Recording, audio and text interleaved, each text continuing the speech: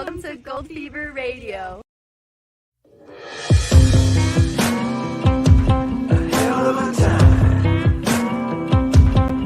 I go straight from the bank, gassing up the tank, cranking up the radio, playing old Hank, it ain't that long.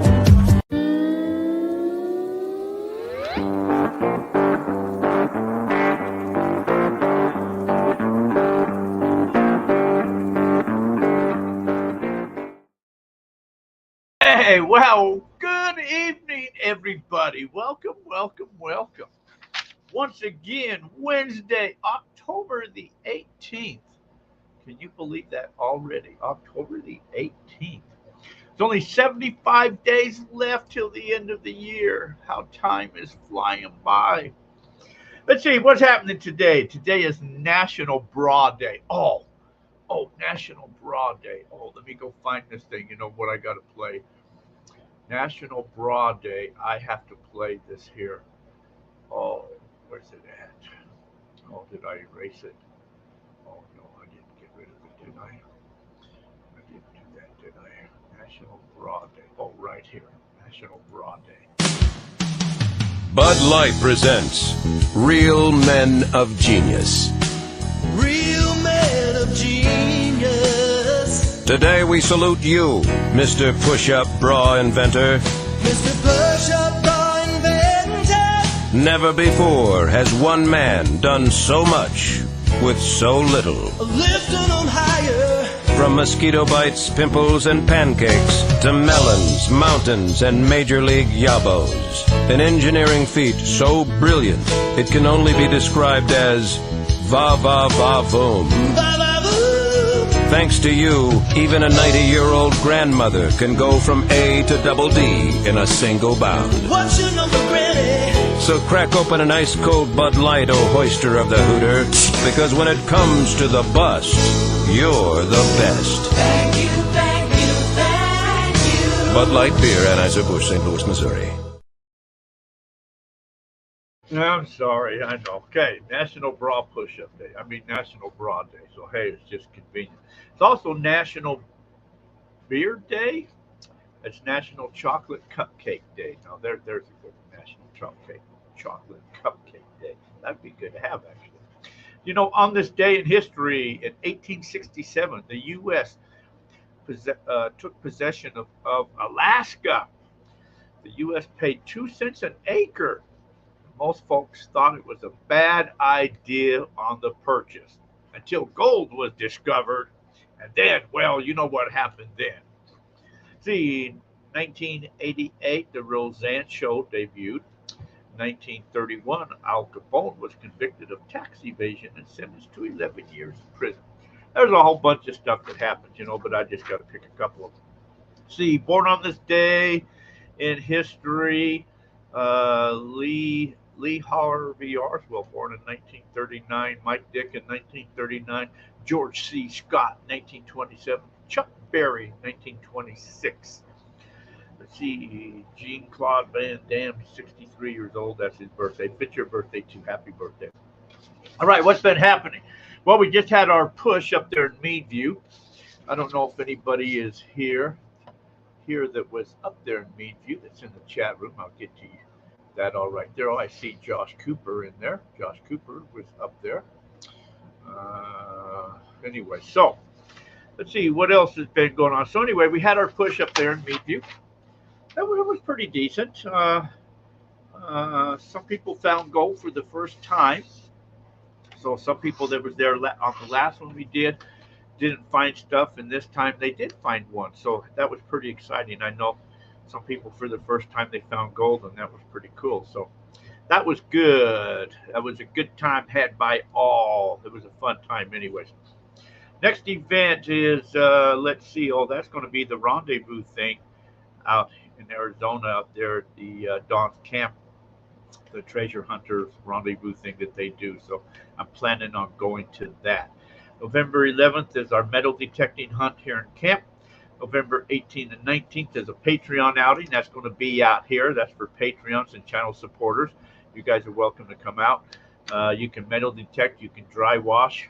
I'm going to take the backhoe out there and move some dirt, so it'll be kind of like a push. That's for Patreons and channel supporters, November 18th and 19th. You guys were all sent emails, so check your emails if you're one of them people. Let's see, December 2nd, it's metal detecting here in the camp, and December 28th to 1/1 is our New Year's extravaganza. So if you'd like to come out for some dirt, party, and all of that, try to make that. Okay. I've been talking to our guest offline. He's having a little hard time logging in. So hopefully he can log in. I'll see him when he pops in. But for right now, last time talking, he was having a hard time trying to hook up, trying to log in. So we'll see what's happening. He's still trying some stuff. All right, Paul Mishak, hello. Minutemen Adventures, evening. Good evening. Steve Collier, hello. Buck Rackley, Richard Duke, Terry Curry, Eric Carter, Raphael, YouTube, thumb number 9. Stephen Peasley, hello, buddy. You should be coming back out here soon, huh, Stephen? You should be making the jaunt out here. Josh Cooper. Josh was up there in Meadview. Josh found him a piece of gold, didn't you, Josh? Did you find any more, or was that the only one? Let's see. Mike Bush. Sup? What's happening, Mike? You going back to Meadview anytime soon? Patty's Adventures, hello. Thomas Pennyweight, folks, hello. And Time and Tide MD. Oops, only one. Okay. Anyway, so I posted the pictures on Facebook on the Gold Fever Venture page. So you guys that are not on that there, you can go to the Gold Fever Venture page and you'll see a lot of the gold, and that's where a lot of stuff happens and posts and stuff like that. There was another wheel started, so there's a bunch more prizes and some gold. Some of my Meadview gold. Since I found gold in Meadview, I'll end up putting into the wheel that we're having. That's all that information is on the Facebook page on Gold Fever Venture. So if you're not on there, go there and become a member onto that. Wes Worley, hello. So that's all that's happening. What's been happening on you guys? I don't see the guest pop in yet, so hopefully he's going to be able to pop in here and not leave us hanging. But you never know. You never know. You never know. Like I say, I don't see him yet. So as soon as he pops in, I'll see him if he does. Anyway, cheers, everybody. So we were going to talk metal detecting, and we were going to talk about how Minelab sucks. But guess I'll have to wait to see if he finds a way in. If not, guess we'll wing it. Maybe there he is. Oh, here he comes now. Hello, Trinity Ray. Hello, everybody. How you doing? I should have thought of that sooner, huh? Something to do along them lines. If oh, there he is sitting over there. If I would have known that he's having problems, I guess he would have to do that. Stephen, yes, he's in Arkansas, crystal digging. Oh, heading to Texas, then heading out Sunday to Arizona. All right. This weekend up in Havasu, they got the channel cleanup, so I know I'm going to be there. Oh, there he is. He's popping in there. Oh, I heard the pop. Let's see if I see his picture come in here. There he is. Look at that. I see him. Woohoo. Let me add him right now to the screen. Let me add him in here. Look at that. There he is. I know he's still getting set up. I see you. Let's see if I can get the volume here. I see you. I hear you. I see you and I hear you. Oh. So he's getting set up there, so we'll let him continue to get set up there while we're still yakking here, while he's playing there.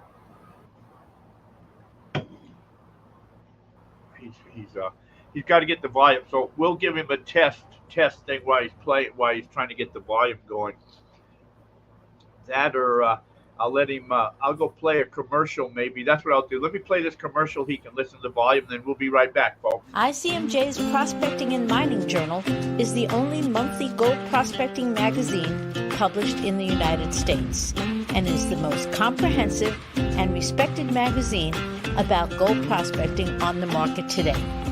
With readers in all 50 states, it features articles on detecting, high banking, dredging, small-scale operations, assaying, basic geology, how to read the land, regulations, and more.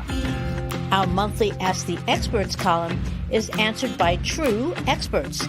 It features answers to readers' questions on processing, detecting, geology, and any other questions you may have related to finding and recovering gold and other precious metals. The Mining Journal features the most extensive selection of equipment, mining properties, services, and more, and a classified section featuring over 20 times more new and used items than the nearest competitor.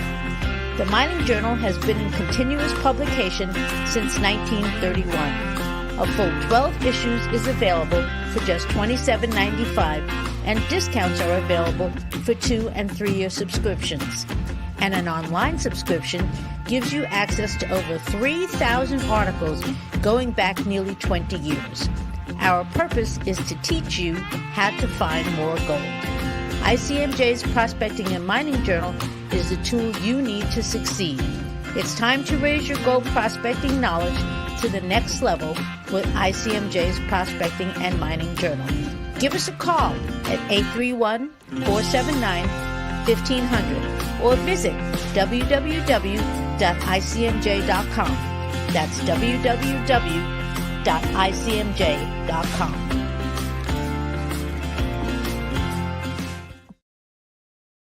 All right, now that we got that out of the way. Here's the volume. Hey, I see you there. I see you hanging out there. Let's see what we got going on. At Johnson Adventures, my wife and myself found our first detectable gold with Ray. He put us far ahead. All right. Jean Claude. Oh, run a 7,000. All right. Wife runs the gold monster. Wow. You got to, you can tell people that run the 7,000s because one of their arms is bigger than the other one. That's how you tell people running the 7,000. Okay. Right now you're frozen on the screen there, but I see you in there, Ray. I don't know if you hear me, but I see you. I see you. I see. Jack, I'm still trying to get my volume. Okay. Can you hear me? Can you hear me okay? I can barely hear you. I'm trying to get my volume on. Okay. Generally it's on the bottom right hand side. You should have a little icon that shows like a speaker that you can turn that up. Yeah, that's what I'm trying to get it. I hear you fine.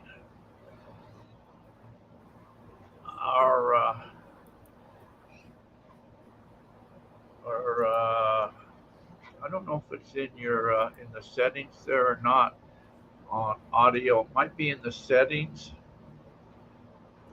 I don't know if you can go into the settings where you're at on that page there to do any settings. But I'll show you doing it. Other people can hear you okay. My God. Everybody else hears you okay. The screen is frozen. You're using one of them computers from 19. They can hear me? Yeah, everybody can hear you.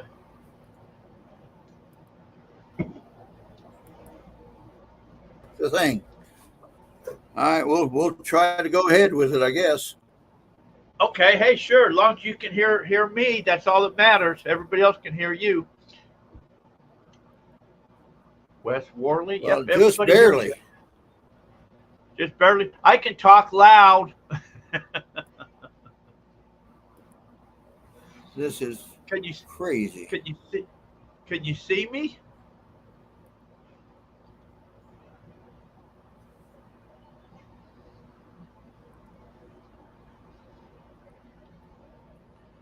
Hocus Pocus. Time and Tide MD. Been a good week. I just can't hear you guys. God darn it. This is. But can you hear me? Can you hear me? That's all that matters is Just if you can barely. hear me. Just barely? Yeah, but I Well, can't hear you all the time. That's God Almighty. Well, we'll let you still play Jesus, around this is there. crazy. We'll let you still play around. Yeah, go ahead and talk on Yeah, we'll something. Give me a few minutes. Let me see what I can get here. okay, yeah, you just go ahead and play around there. Let's see. Mic volume, reduce background. Okay. Yeah, you just go ahead and keep playing there. We'll just and so anyway, so like so TrinityAU there hanging out in the background there. Screwing with, he knows maybe how to run a metal detector, but when it comes to computers, well, that's a different ball game apparently. So while he's playing around with the computer trying to log on. Let's see. Pond dug a few garnets, detected a couple of romans. Oh, that's pretty cool. It's always good. It's always good when you get out and find some cool stuff. That always makes it good. Gary Jocham. Hello, Gary. You're looking good. You found another nugget today. Hey, all right. Where'd you find it? Up there in the push or over on your claim? Gary found him another nugget. There's gold still up there to be found. Gary swinging the 6,000 as well. I know they leveled the ground back down up there, getting ready to reclaim it. So we can eventually get our bond money back that we have to put up for that there. So that ground's already been reclaimed. So once that's pushed back down, that opens that back up to be detecting some more. And I'm not even there to do that. I wished I was up there. Where'd you find that nugget, Gary?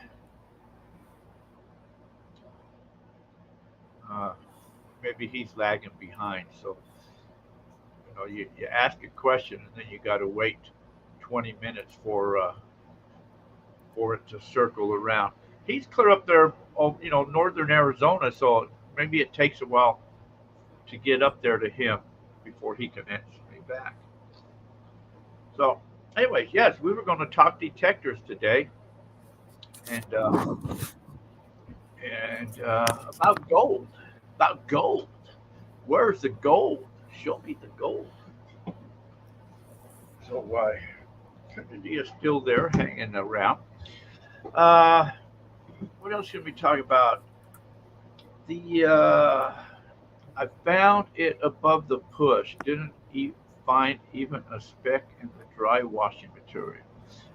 Was that over on your place? You played around in that wash? See, if I was still up there, Gary, I could have helped you out and showed you where the gold is at and all that type of stuff. But I had to come back. But I'm glad you found another piece of gold, though. Anyway, so that's pretty good. That's pretty good. You found some gold. There's gold every place. You know that. You ought to metal detect the side of the hill over there on your place too, because I bet you there's some nuggets up there that just waiting to be found. Seems like up in that area, it's around the caliche layer. So you have to look around the caliche layer. For some reason, it just seems like that's where the gold seems to be at. Probably reasons why. I'm not no geologist or anything like that, but it always seems to be gold is found around that. So anyway, so hey, still finding gold. That's pretty good. I guess maybe I'll have to make another trip up there. How's the heat there? It's we got really cold there. We got like down to 52 there for a couple of days. I put the heater on in the morning to take the chill out of the air, but then it kind of warmed back up a little bit. So today was about 91. It'll cool back down probably next week. We'll go back into a cool down. You had a week to show me where the gold is. David, but I was so busy up there, Gary, doing everything else, and I just didn't have a lot of that time to take off and go do that. We got over there, and I got to show you where the corners and all that were. So we did get over there. Did get to see that. I didn't blindly set you over there, tell you to have fun. 43 in Mississippi at night. It's getting cold. Okay, well, cheers. Sam Adams has a excellent NA beer. I was gonna say, I hope this is NA. Anyway, Sam Adams got a good taste in NA beer. It's kind of a citrusy taste. Tastes pretty good. I like it. I like it a lot. So, Trinity is still playing around right there on his laptop. You just got to say, "Hey Siri, how can I turn up my volume?" I can't make this any louder. I knew as soon as I said that, my phone was going to go off. So anyway, we're going to cool back down. We do have a campground right here. People are starting to come back out into the campground. We'll be full hopefully by the end of this year. So if you want to come out and prospect, come on out. We got the claims out here. We got a campground out here. And we got people finding gold out here. Can you believe that? Gold in Arizona. I think I need a hat. Let's see. How's this hat?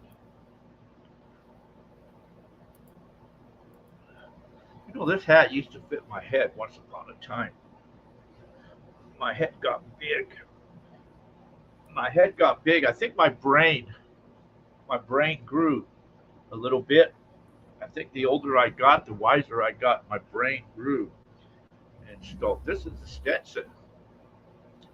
I used to wear this all the time once upon a time, but for some reason when my brain got too big, it didn't really fit me. So I have another one someplace, a good one, but I don't know where it is. I've lost some stuff. I can't find. I think I got you, Jack. Oh, hey, there you are. I hear you. I heard you again. You can hear me? Yep. All right. Yeah, I can hear you now. Hey, all right. We're in business. We're rocking and rolling now. we just don't know why you're. Wow. Hey, that's okay. Better than nothing. So your picture's frozen a little bit on your video. Yeah, I don't know what's going with that. I don't know, but I never had a problem with phones on this. No. Well, so everybody else can hear you fine. Why don't you introduce yourself? Sometimes that's with your signal. I don't know what your your resolution. If you got it cranked all the way up to high resolution or low resolution. Well, it was working there a minute ago. Yeah, it was. I don't know why I'm not getting a picture now. I still see you. You're just kind of frozen. Everybody can see you though. So if you can hear us. Okay. Terry says it was 50 in Nova Scotia. Okay, well, as long as you can hear me. All right. All right. Why don't you introduce yourself to everybody? Hello, everybody. Sorry about this. TrinityAU, Ray Mills. I'm out of Redding, California. Been detecting probably since the first detectors came out with old Charles Garrett and them, and been going on ever since. Charles Garrett. He's been around a little bit. A little bit, yeah. I offer a training course out here in California in Redding, and I also work or write for the California Mining Journal. Have for quite a while. Yeah, the good old California Mining Journal. We like them. So you do training. So on people that I guess want to get involved. So I A got to lot of ask you a information couple. in it. Oh, there is. So I got to ask you a couple questions. Uh, what is your Yeah. favorite detector? Right now, the Monster, MineLab Monster 1000. You think that's your favorite? Yeah, I use it, and I use the 7000. Between the two, Wow. I don't miss too much. Yeah. Okay. So then let's put you on the spot. We're going to put you on the spot here.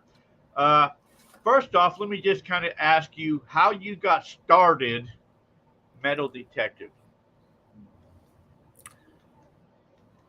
Just the technology was available when I happened to be doing a little research one time. It probably goes back more to my uncles. I was raised with my uncles up in Trinity County. High school summer vacation from my age at age 9 till I turned 18, I went prospecting with my uncles all summer long. That meant going from Trinity County up to the Marble Mountains and into the Oregon country and walking back. And we went about 600 miles a summer. We prospected, we sluiced, and we panned. They got too old to be doing that. Right before I went in the military, I got into detectors. And then when I got out of the military and throughout the military here and there, I played with detectors. They showed me a lot of places, what to look for. A lot of my training is based on that. And I just went from there. Okay, so I've got a few questions for you. I'm really going to put you on a spot here. VLF. On a VLF detector, you kind of already answered this, but I've got these questions here. So what's your favorite VLF detector?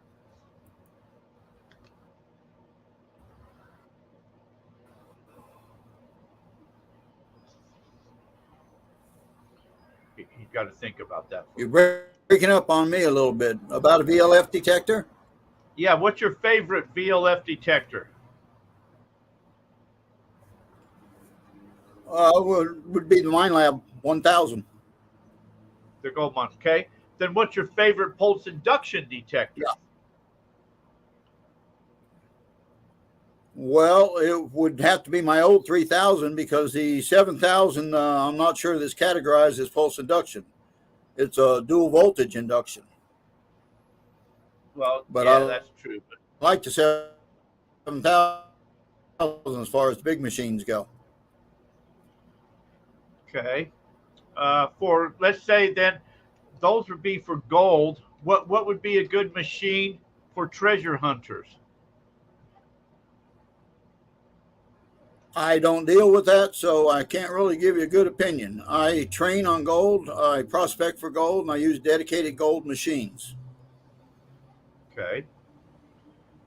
There's a lot of machines out there that MineLab and others offer that have roads, but they just don't work as efficiently as a dedicated gold machine. Okay. Well, I've always said MineLab sucks.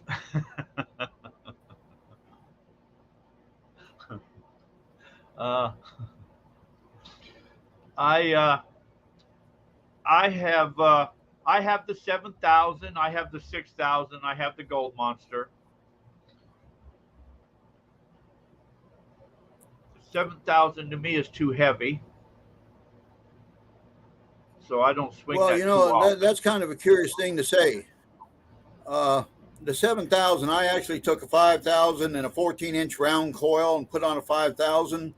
And you know, it's heavier than the 7,000 with the original 14-inch coil. Probably. I will give you this: the 7,000 is awkward, but it's not no heavier. You I can look at the know numbers and that. see that. Yeah, we just had a push up around the Meadview area up in Lost Basin, and people with there's one guy up there had a 7,000. He found some gold, but anything small he wouldn't pick up. You know, the really dinky stuff. The 6,000, I use the Well, six how thousand, and dinky are you talking about? well, like a few, I don't know, maybe an I eighth of a find pieces gram. with my 7,000 at 8 and 10 inches inches that are a grain and a half, 2 grains. Well, that's pretty good. Are That's you pretty darn using small. Are you using the standard coral with I the use the 7,000? 12-inch coil most of the time. The 12-inch nugget finder. That's the only other coil other than the Okay. Russian ones.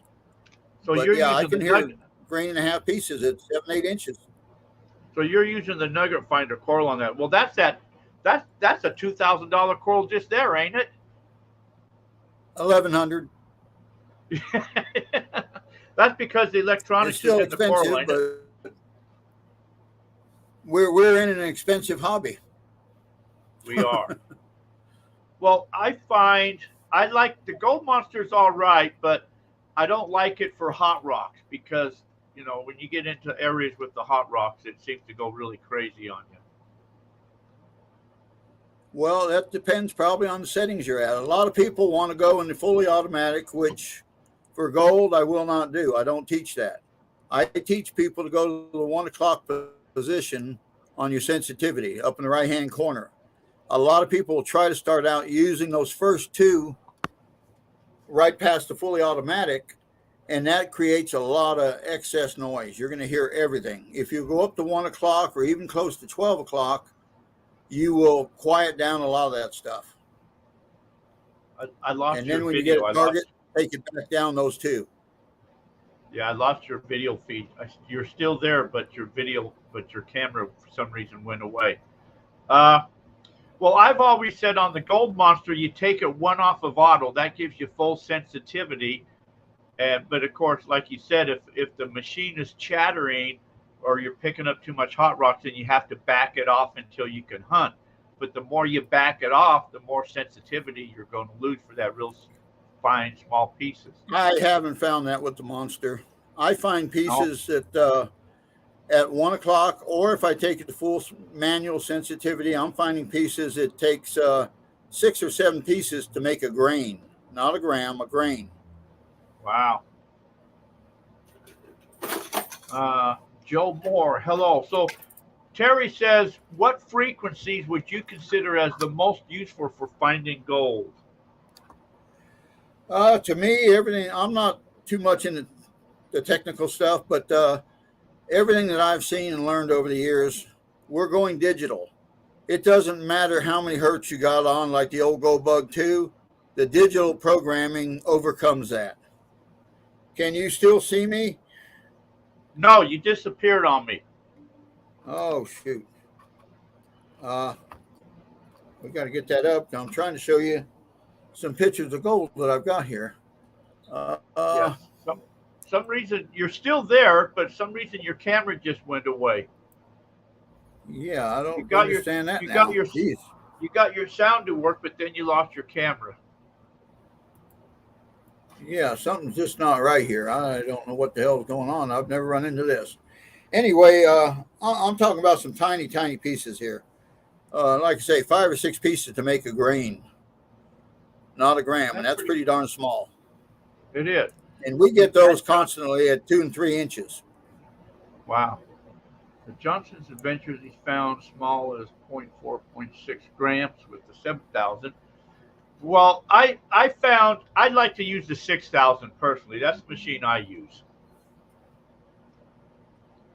Well, my opinion, and this is just my opinion, but if you learn the 1,000 very effectively, learn how to use it, it will put a shame on the 6,000.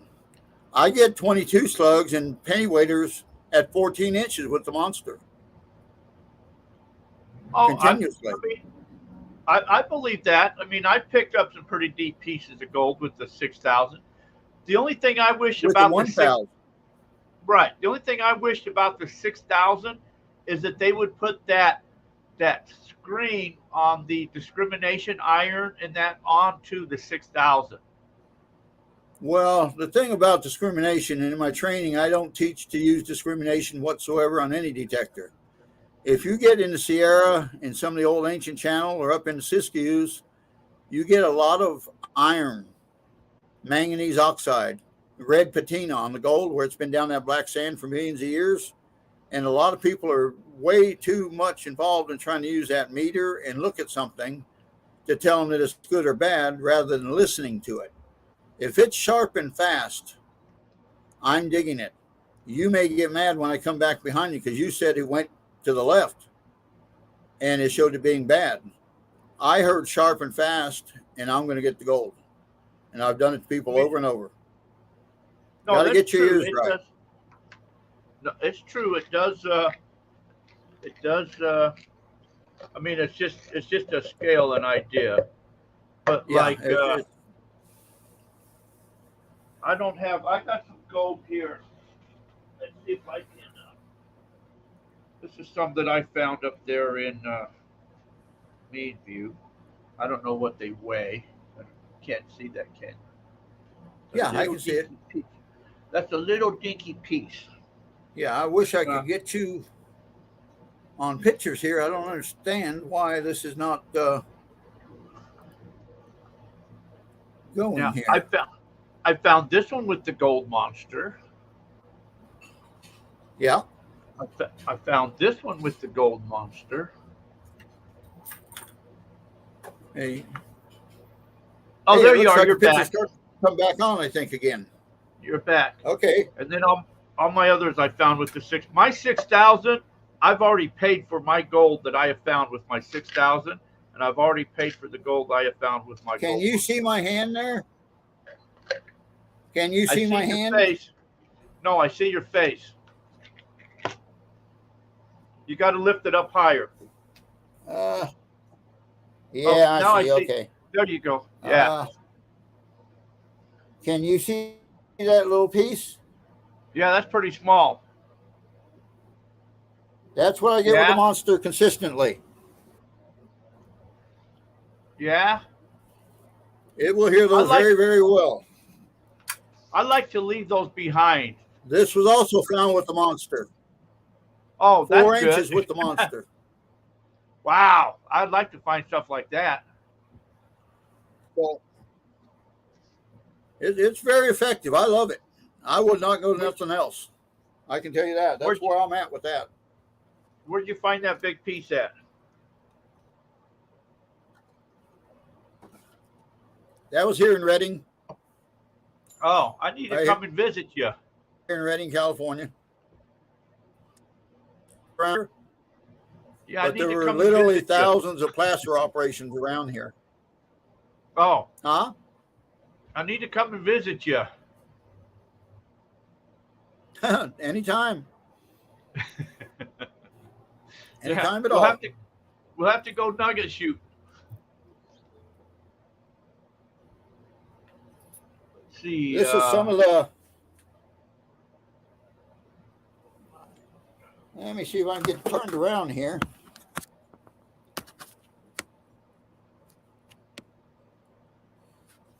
This camera ain't wanting to do right. And I don't know if you can. Can you see that gold? Yeah.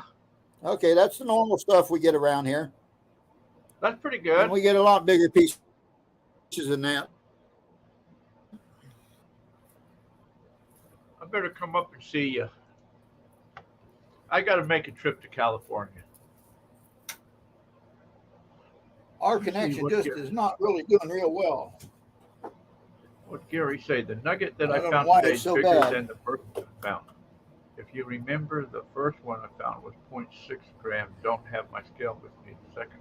That's pretty cool, Gary. Up above there too. Sweet.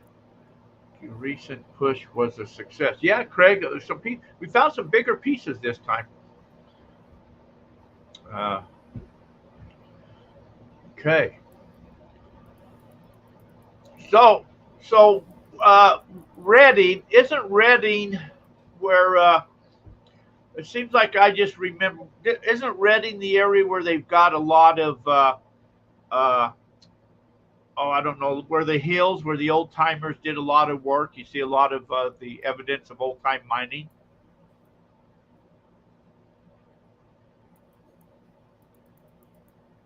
There's a lot of placer diggings around here. We had 2 big bucket line dredges here in Redding on Clear Creek and there's a lot of hard rock around here. It's just a little bit of a different area than the Mother Lode country.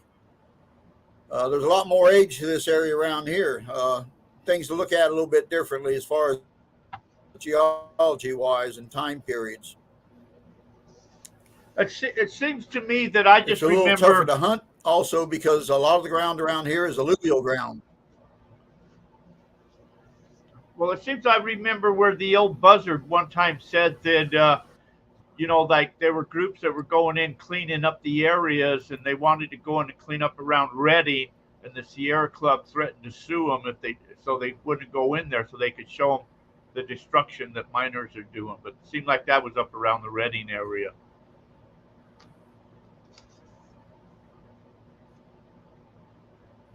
Yeah, I've never heard anything like that. I know buzzard from years ago, but never heard anything about that. I've never seen anything being a problem as far as anybody coming to mine anywhere. In Shasta County, right here in Redding, we have almost 260,000 acres of BLM land, and it's all open. Very, very little of it is claimed at all. A lot of it has been withdrawn, and there's gold on all of it except for one site that I have found. Wow. Okay. And that's nuggets from 1.3 pounds on down. Wow, I better hurry and get over there. No, there's quite a bit of opportunity around here. It's a little bit tougher than a lot of areas because we have a lot of manzanita. And here lately we've had a lot of fires, and now we have a lot of deer brush growing back in very, very. But the gold is here. So we need to have an outing. Let's see, I just pulled up where Redding is there. Is Redding in northern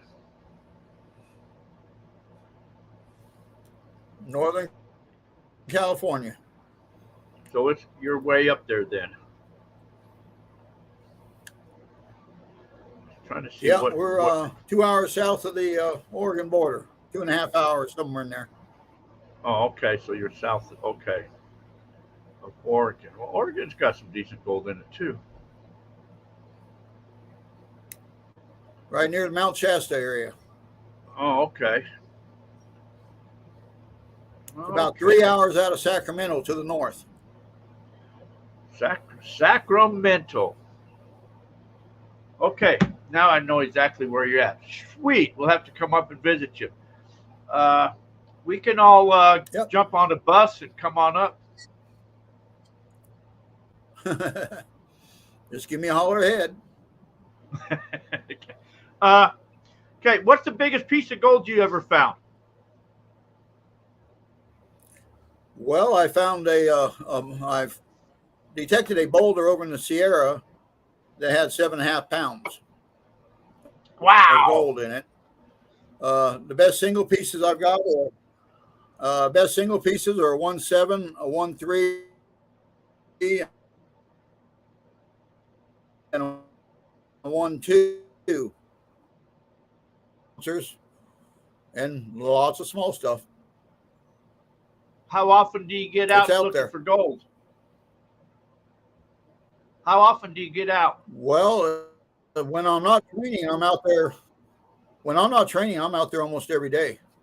When I'm training, I'm detecting every other day with my people that I'm taking out training. Wow, that's pretty cool. And they always find gold.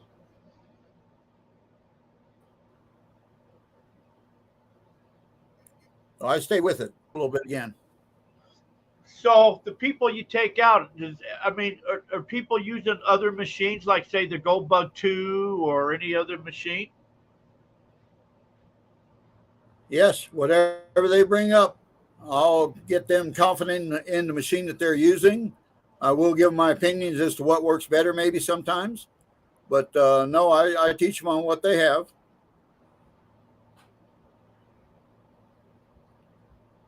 Okay. So what's your feelings about, let's say, the Axiom, Garrett Axiom? Like I say, I don't mess with none of the non-gold machines. I use dedicated gold machines.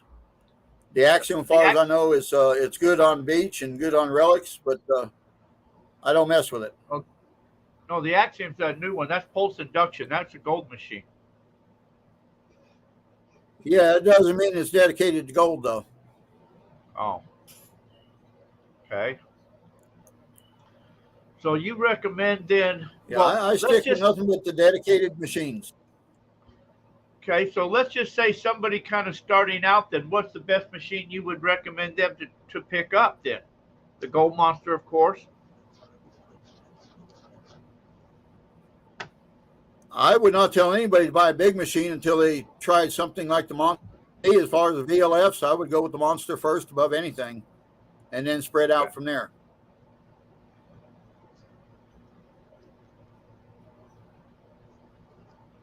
Okay. And then, so what kind of advice can you give people as far as when they're going out with their machines? What is it that they're doing? What are they looking for? Well, that's not a simple question. My training is usually 2 days, and my ideas of what to look for are quite a bit different than what a lot of people look for as far as gold. A lot of my gold is not from old diggings or near old diggings. It's up on the hillsides and slopes by reading indicators and seeing what's on the ground. Let them lead you to where the gold's coming out at, and then find the gold. I do things a little bit differently than other people do. I think that's one reason I've been so successful over the years. Also in teaching people that have gone on to do far better than just giving a course on how to swing your coil, turn it on, and go from there and dig a target out. We actually spend the whole day walking out 3-4 hours in the woods, looking at everything, indicators, contact zones, intrusion zones. A lot of things have happened out there geologically that has put gold in a lot of places that people are walking right over the top of and never have a clue. Yeah. So when you talk about intrusions and contact zones, what is it that you're kind of referring to? Well, let me give you one example. An intrusion where you have bedrock running one direction, and say you have an intrusion of bedrock running right through the middle of it at a 90 degree, say it's 200 yards wide. Okay, runs for a couple miles. So you have a line crossing the existing bedrock 200 yards wide. Possibly at some point when you're walking down the trail, you're walking on river gravel. Okay, bedrock is 100 feet below you. All of a sudden, gravel, and you see the bedrock has changed directions. You walk it out for a couple hundred yards, a couple hundred feet, and you find out that the gravel comes back. That contact that you just found, that intrusion, has come underneath that bedrock that was there, picked it up, and then drew it down both sides of the hill. You may have a heavy side, a light side. It may win even. You don't know. But once you hit a contact or an intrusion like that, you have to stop and start around, find the perimeters, the limits of where it's at, and then start going down to hit what gold. When that old channel got pushed deep, and you got, say, 10-ounce nuggets down on the bottom historically, when that channel got pushed up, what happened to all the material on the top? It went down the side and it's on the bottom. Where's all the 10-ounce nugget? It went down the side, but they're on the top. Now you have, in this case up here where we're at, 700 million years of erosion, and there's not a whole lot left. You're looking for flat indicator rocks, heavy rocks, darker colored rocks, and the gold. And that may be on a slope anywhere out there. You have to see where the intrusions are occurring and be able to investigate them and check them. And it holds true in Arizona, Nevada, and channels over there, and in the Sierra, and up in Oregon, everywhere. So Richard, I get into a lot more detail than most people do. So what's the thing? Richard says, what is the link for your training? TrinityAU.com. Okay, so go there. And Terry says, have you ever used a Falcon MD20? And you can tell, yeah, I just seen that. No, I don't use them. If you learn how to use your machine effectively, you don't need a pinpointer. That's just my opinion. May get some people's feelings hurt, but no, if you use your machine effectively, you don't need a pinpointer.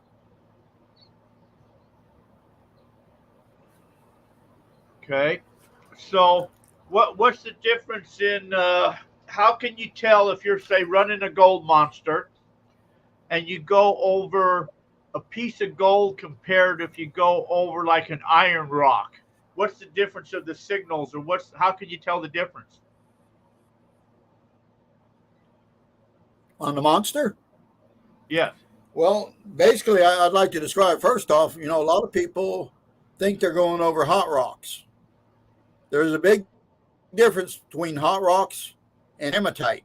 Some of the stones or rocks that carry Fe3, that carry iron, that are slightly magnetic to magnetic. Hot rocks are not magnetic. A lot of people I have coming through my training seem to think that they're magnetic and that's a hot rock. No. A hot rock is nothing more than a rock. If you have an area, half an acre, and you have, let's say, a lot of red rocks laying out on the surface out there, a hot rock is just 2 or 3 of those rocks that you go over give you a loud signal because they have more mineralization than the rest of those hot rocks in the same area. It's a hotter piece of that same type of rock. That's all a hot rock is. A lot of people seem to think hematite and other stuff is hot. No, they're just iron. In the case of hematite, it's going to generally go to the left and be a very wobbly sound. Hot rocks are going to be very wobbly until you hit teeny, teeny, tiny ones. And until you're going to dig a few teeny, teeny, tiny ones. I still do every once in a while. In my training, I give people a teeny tiny piece of gold like I showed you in a vial. They're not quite sure, teeny tiny hot rock. Throw that vial of gold down. In one way or the other, it's probably a hot rock.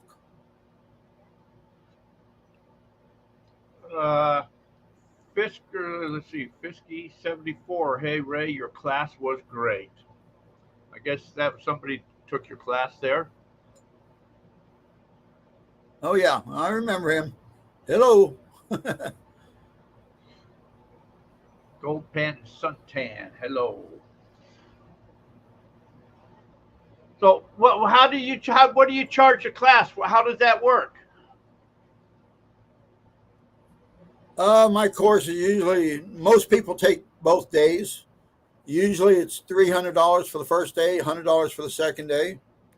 The first day is, like I say, we'll go down and sit at a place along Clear Creek, and we're going to go over contacts, intrusions, geology, the 1872 mining law, our rights today, what we still have. We have lots of rights left. A lot of people aren't. I go over intrusions, contact zones quite a bit, the lay of the land, the big picture of what you're seeing on the hillside as you're walking around, changes in the bedrock, diggings, if you are in diggings, how to read them, how to approach them, how to hunt them, the apron queen diggings, how to hunt them. Sometimes you have flat gold, sometimes you have round gold, lots of different things, patterns in geology, patterns in the dig areas. You may have half moon eat outs on 2 or 3 gullies in a row, which tell you there's probably a vein system or structure that probably runs right through that hillside there on through all those gullies, which tells you probably need to hit the ridges between the gullies where they never worked. You'll probably get gold. The second day is putting that to use and getting gold. On the first day, after we talk for those 2 or 3 hours, we're going to go down and walk about for about 3 hours, 3.5, 4 hours. And we'll stay there until you understand everything that I'm showing you and talking to you about, and have a good of it.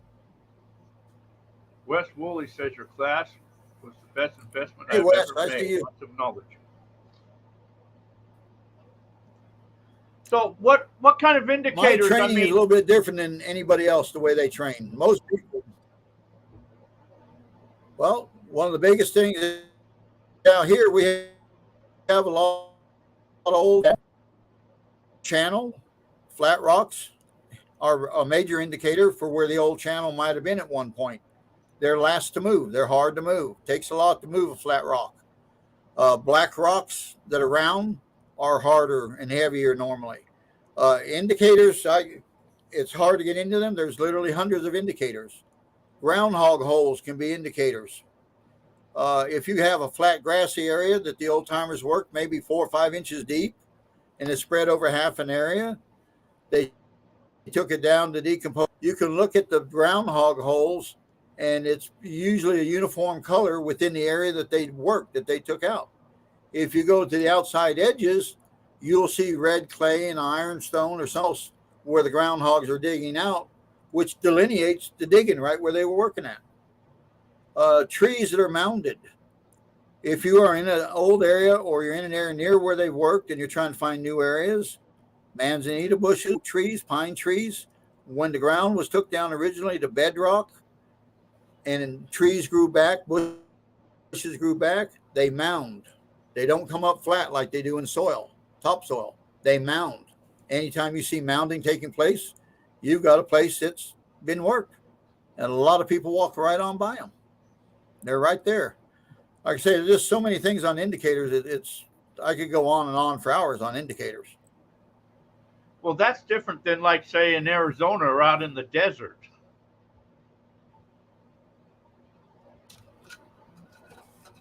We don't Not have really. manzanita. I've We don't hunted have down manzanita Arizona. in the desert. Huh?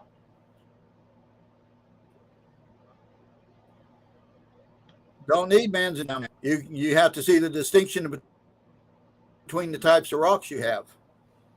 That's all. A little bit different down there because it's in the open. Not much more than Nevada is either. You have, Also, out here, have a lot out of here river we might- channel. You have a lot of alluvial gravel. You have hard. well, out here we'll have a lot of granites.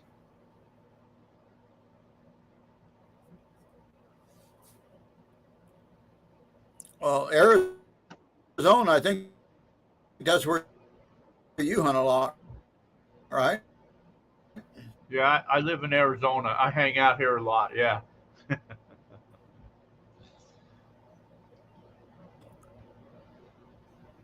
I think we're cutting off again somewhere. Yeah, we got a little bit of gold out here in Arizona. Oh, yeah. I love the Bradshaws.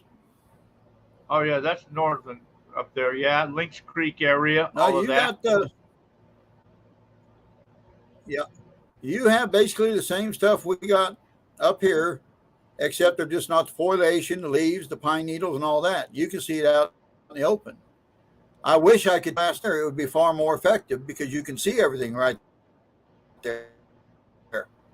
Same thing in Nevada. This area up here is a little bit harder to work, and over in the Sierra also in a lot of places. The easier thing about the Sierra Nevada is they're younger mountains. Most of the deposits were from the ancient river channels where they left them high and dry or they're still in place, and that's a lot of your gold. California was one big intrusion with the Sierra Nevada, 300 some miles by 180 some miles wide. When the Sierra Nevada came up, they up very steep on the eastern side on 395 on the Nevada side. They fell to the California side. All the gravels below 49 along that line, the Gold Highway, gravels with some river channel mixed in with it. Everything above 49 is pretty well ancient channel or hard rock deposits that have formed placers.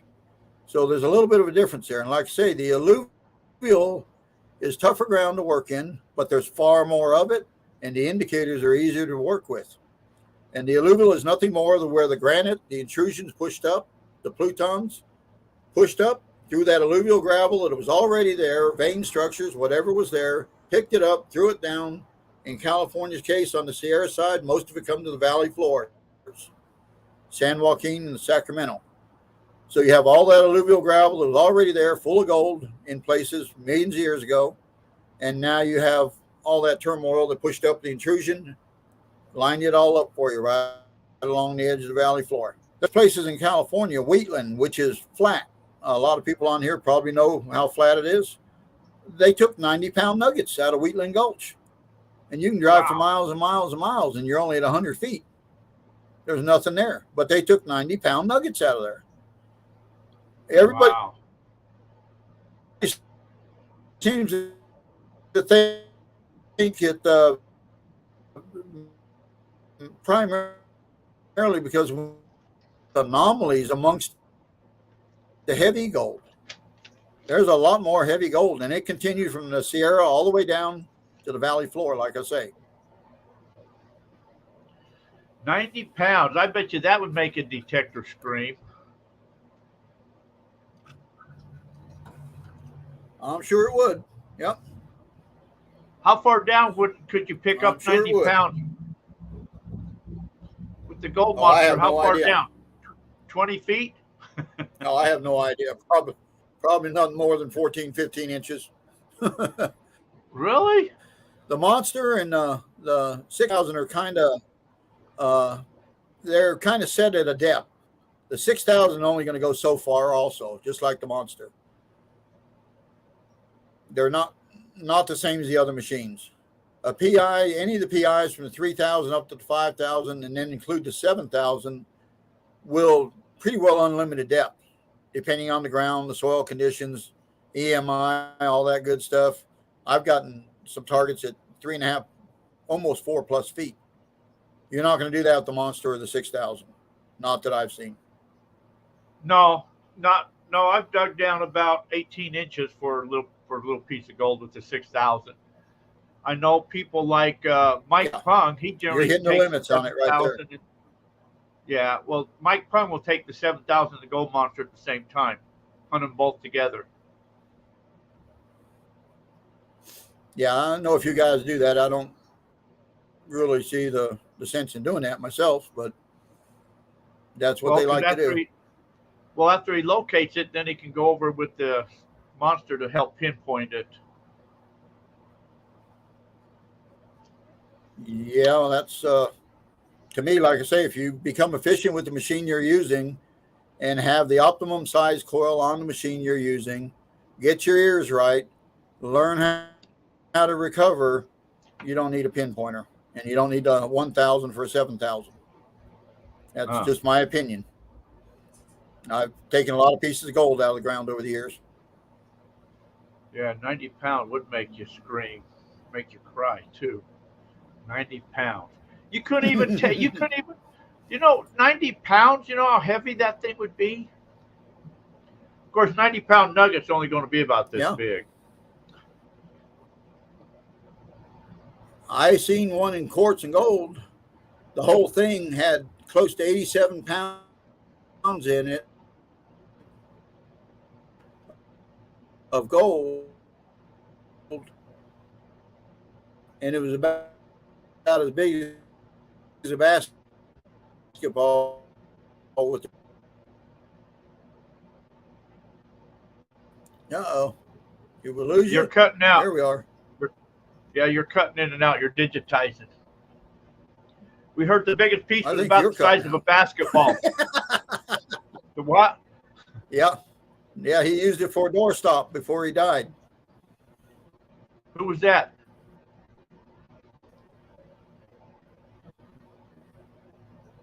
Was that the one in South Carolina? Was that the one in South Carolina? No, this is right here in California. Oh. Wow, doorstop. Did he not know it was gold? No, this is right his name, but he's been around. He's gone now, but he was around detective for many, many years. So what's heavier? 90 pounds. What's heavier? The only big one. No, Mike wants to know what's older. There was water-worn quartz, about a ton. We had to break it with a sledgehammer. Wow. Mike wants to know what's heavier, 90 pounds of gold or 90 pounds of feathers?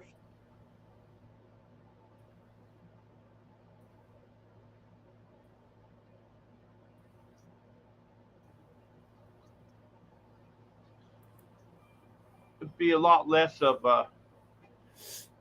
gold compared to feather. I'd take a lot. You know how much 90 pounds of feathers? You know how much? That'd probably be like a football field full of feathers. That's a lot of feathers. Yeah.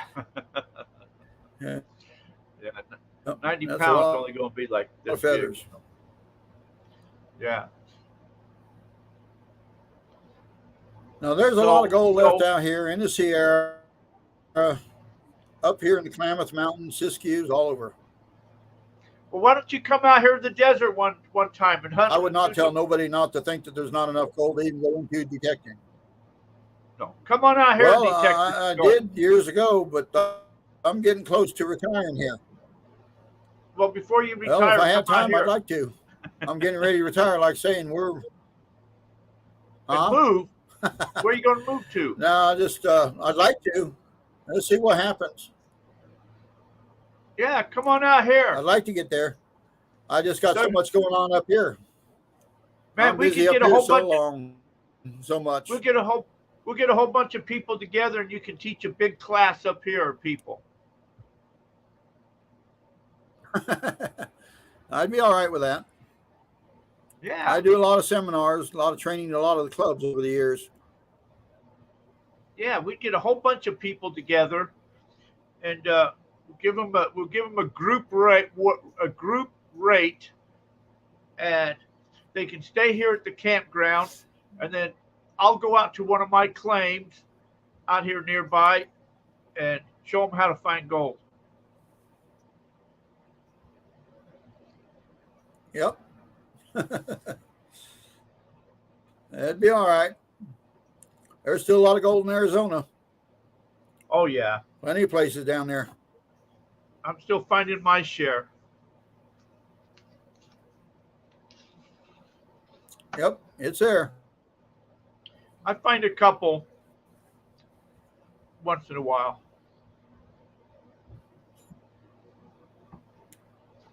All right. Yeah, so, I see your stuff on Facebook every now and then. Yeah. I like to pulse my gold. I don't keep any gold. I give my gold away. I don't keep it.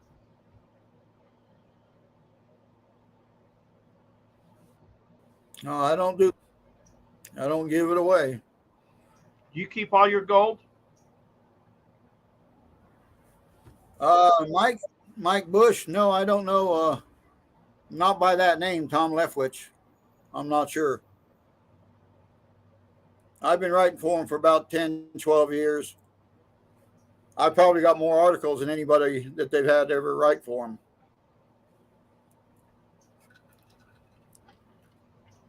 I've been getting the mining journal for about that long.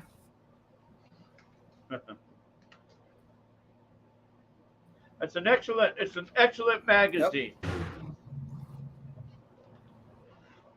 If you want to learn about gold I prospecting, probably got, I think, 10 or 11.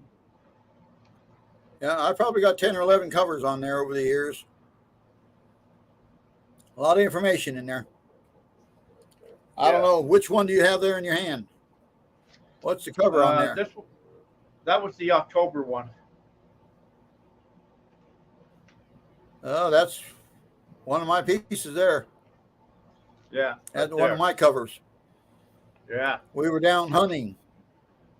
And we got a loud target. The guy dug it out, got a little tiny piece of gold, then got that big piece of gold and got that old Civil War ringer. Some old timer come out here in the placer field and shot a rabbit or a deer or something, missed, and shot right through that gold. It's only down about 6-8 inches. Again, it probably could have been found with a monster, but it was found with a big machine. You don't run across that too much. No. I think they screwed up. They did. They screwed up. I don't know if you noticed that.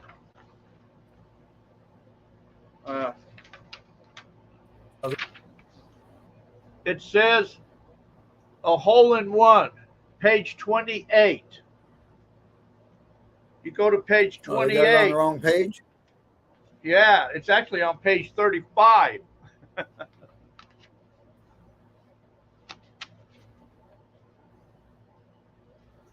Huh. Oh, well.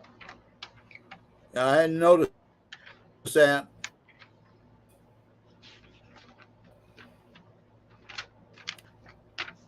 So that article, a lot of the articles that you're writing, is it just like how to find gold, where to find gold, what to look for, clues, all that type of stuff? Basically, most of the articles I do write a few every day. Far, most of my articles all have teaching points in them. I try to put pictures in there, images in there with captions that will talk about those teaching points. I try to have 3 to 5 teaching points in every article I write, something training so people can learn. That's just something I learned a long time ago to try to do. People seem to like it that way. That's true. So do you have machines for people to use if they don't have one and they come out to see you? I keep a few monsters on hand, yes. Big machines, no. They're just too expensive to have too many of them. Like I say, I get a lot of guys that have been doing it for a while and have their bigger machines and have smaller machines, but by and far, a lot of what I get are people that are just trying to break into it. And like I say, I advise them just to start out slow with something like a monster that's very effective and learn how to use it and get your ins and outs with that, and then move on from there. See if you're even going to like it. A lot of people get into it and they just they're not sure about it. That's very true. Are we on the same time zone now? You in California? Are we in the same time zone? Yeah, we should be, as far as I know. Okay. Yeah, we should be. Okay. All righty. Well, so what's some probably one of the best piece of advice you could give somebody that's new, just starting out in the hobby?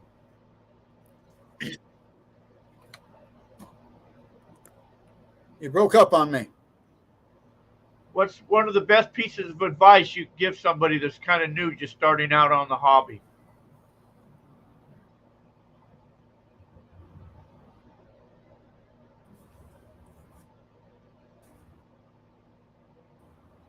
Yeah, No, you missed it. You're breaking up on me. I can't. Yeah, I was going to say, we're going to let you go, but before I let you go, I wanted to ask you, what's the best piece of advice you could give somebody who's just starting out in this hobby?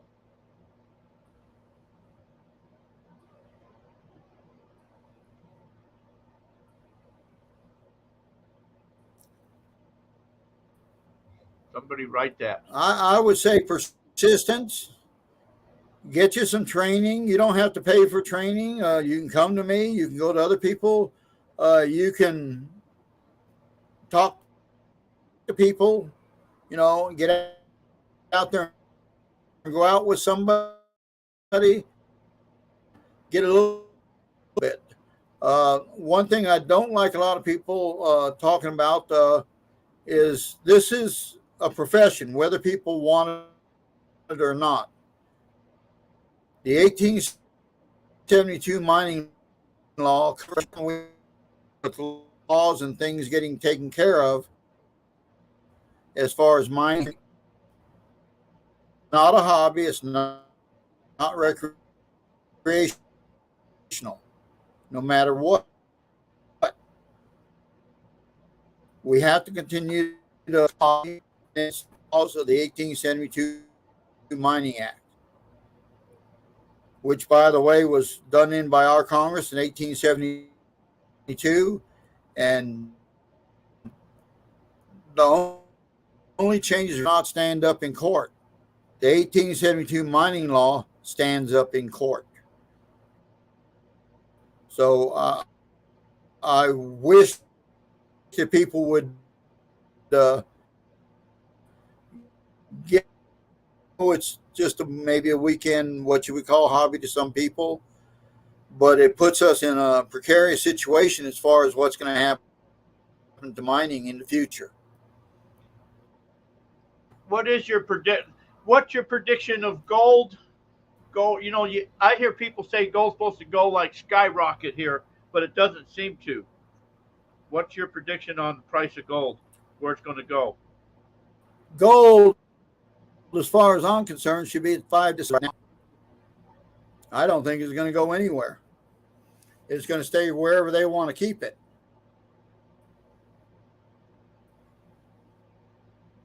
As far as its value, do you think it's going to go over 3,000 an ounce?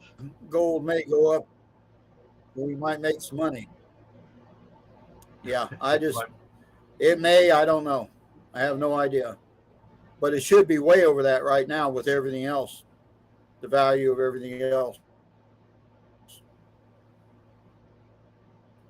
And it's not. It's nowhere. No. All right, Ray. We're going to let you go, buddy. TrinityAU.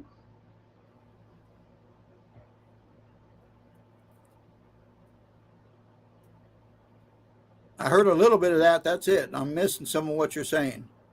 Yeah, we're breaking up. I was going to say, we're going ahead and let you go. Okay. My Facebook page is, my website is TrinityAU.com. If people want to call me, I can give you the phone number right here. AU. AU is a scientific name for gold, where I was raised at. And my phone number, if anybody's interested and wanting to call me, is 530-739-2973. Okay. By my phone number. That all came through. And the Facebook page. You got a YouTube? Okay. Well, I hope maybe we can get on next time again. Yeah. No, I think some people got some good information about detectors. Talked a little bit about detectors and what kind of detectors seem to work the best or not work.